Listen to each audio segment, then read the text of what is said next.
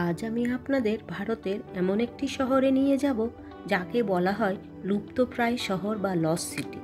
ঐতিহ্যবাহী ভারতীয় সভ্যতা ও সংস্কৃতির নগরী এই হাম্পি।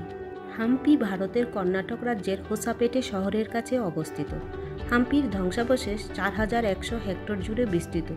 এটি ইউনেস্কোর হেরিটেজ স্থান হিসেবেও বিবেচিত। এর উল্লেখ রয়েছে রামায়ণেও, যা পম্পা ক্ষেত্র নামে পরিচিত। রামায়ণের কিষ্কিন্ধা অধ্যায়ের সূচনা এখানে হয়েছিল বলে মনে করা হয়। এটি হলো হাম্পির মূল গেট। এখানে প্রবেশ করতে হলে আপনাকে টিকিট কেটে প্রবেশ করতে হবে। এই হাম্পি এককালে ভারতের শেষ শক্তিশালী হিন্দু সাম্রাজ্য বিজয়নগরের রাজধানী ছিল। হরিহর ও বুক্কা এটি নির্মাণ করেন।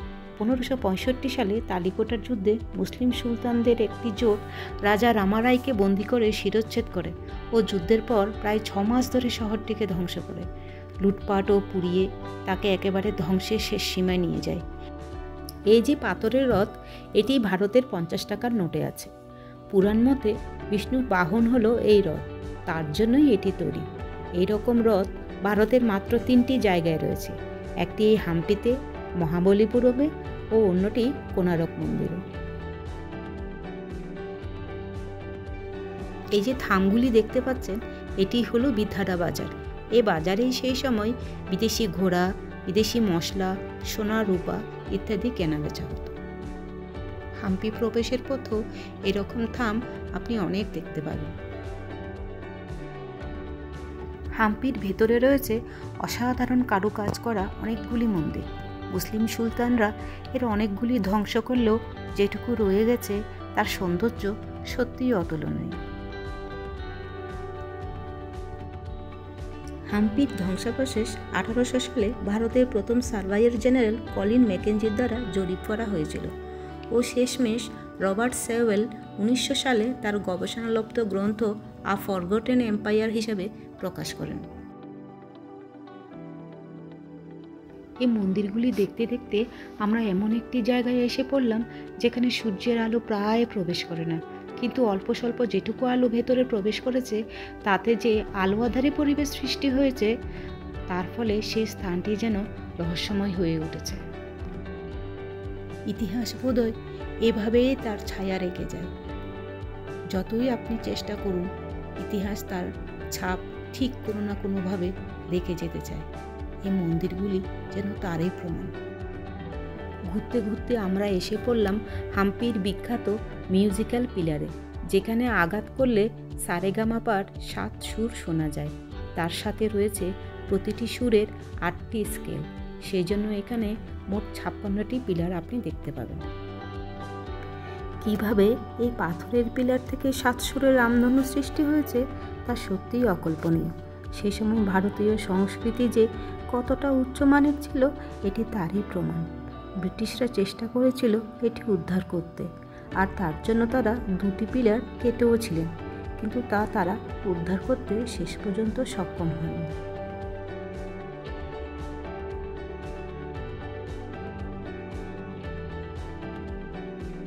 এখানকার মন্দিরগুলির প্রত্যেকটির দেওয়ালে রয়েছে অসাধারণ কারুকার্য ও শিল্পশৈলী। আমাদের ভারতীয় সভ্যতা, বিশেষত দক্ষিণ ভারতের মন্দিরগুলি বারবার সুলতানি শাসক ও মুঘল আমলে ক্ষতিগ্রস্ত হয়েছিল। এই হাম্পি বলুন বা সোমনাথপুরা টেম্পল, যেখানেই যাবেন ধ্বংসলীলা চোখে পড়ার মতো। সোমনাথপুরায় তো মন্দিরের সঙ্গে সঙ্গে মূর্তিগুলির নাক পর্যন্ত কেটে ফেলা হয়েছে। চাইলে আপনি আমার ইউটিউব চ্যানেলে গিয়ে সোমনাথপুরা মন্দিরের ভিডিওটি দেখে নিতে পারেন।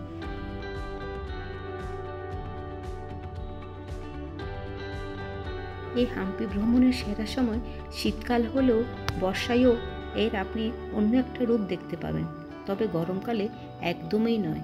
গরমের সময় এর তাপমাত্রা প্রায় 40 ডিগ্রির উপরে চলে যায়। হাম্পি যেহেতু গোয়া, কর্ণাটক ও হায়দ্রাবাদের মাঝামাঝি জায়গায় রয়েছে, তাই আপনি এগুলির সঙ্গে হাম্পিকেও এড করে নিতে পারেন।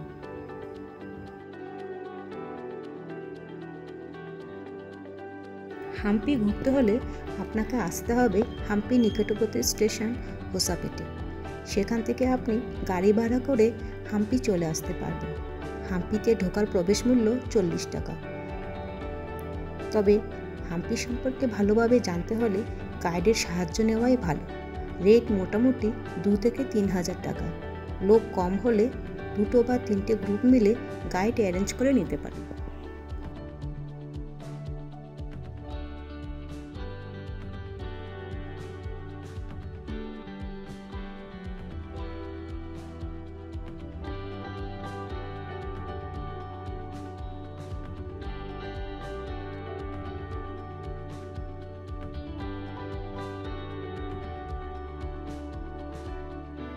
আর হাম্পি মন্দির থেকে কিছুটা দূরে রয়েছে মহানবমী দিব্যা। এটি একটি উঁচু জায়গা। এখানে নবরাত্রির সময় অনুষ্ঠান হতো ও চারপাশে লোকজন বসে অনুষ্ঠান দেখতে পেত। এখান থেকে পুরো এলাকাটাকে খুব সুন্দরভাবে আপনি চাইলে দেখে নিতে পারেন। আর এখানে আপনি দেখতে পাবেন কিংস প্যালেস বা রাজার প্রাসাদ, আর সঙ্গে রয়েছে একটি তুলা যন্ত্র।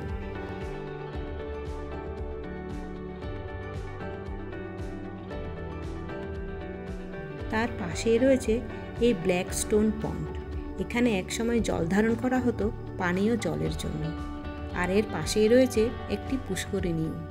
অনুমান করা হয় এটি জনসাধারণ স্নানের জন্য ব্যবহার করত।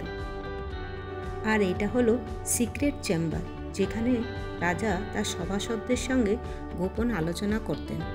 জায়গাটা এতই অন্ধকার যে দিনের বেলাতেও আপনি এখানে কিছুই প্রায় দেখতে পাবেন না।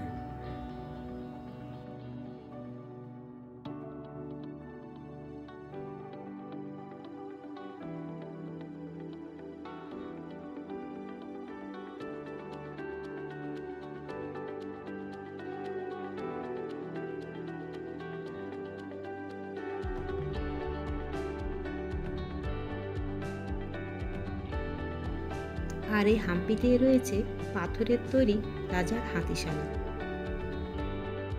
আর ওই যে দূরে দেখতে পাচ্ছেন ওটা রানী মহল, যেখানে প্রাকৃতিক উপায়ে মহলটিকে ঠান্ডা রাখার ব্যবস্থা করা হয়েছে। আর এটা হলো লোটাস মহল। এর ভেতরে রয়েছে কুইন্স বাথ, যেখানে একসময় রানীরা স্নানে আসতেন বলে মনে করা হয়। আর বেঙ্গালুরু থেকে হাম্পি যাবার পথে জীবনে প্রথম এই উইন্ডমিল দেখার সৌভাগ্য হয়েছিল। আর এটা হলো বিরূপাক্ষ টেম্পল, হাম্পির একমাত্র মন্দির যেখানে আজও পুজো করা হয়ে থাকে।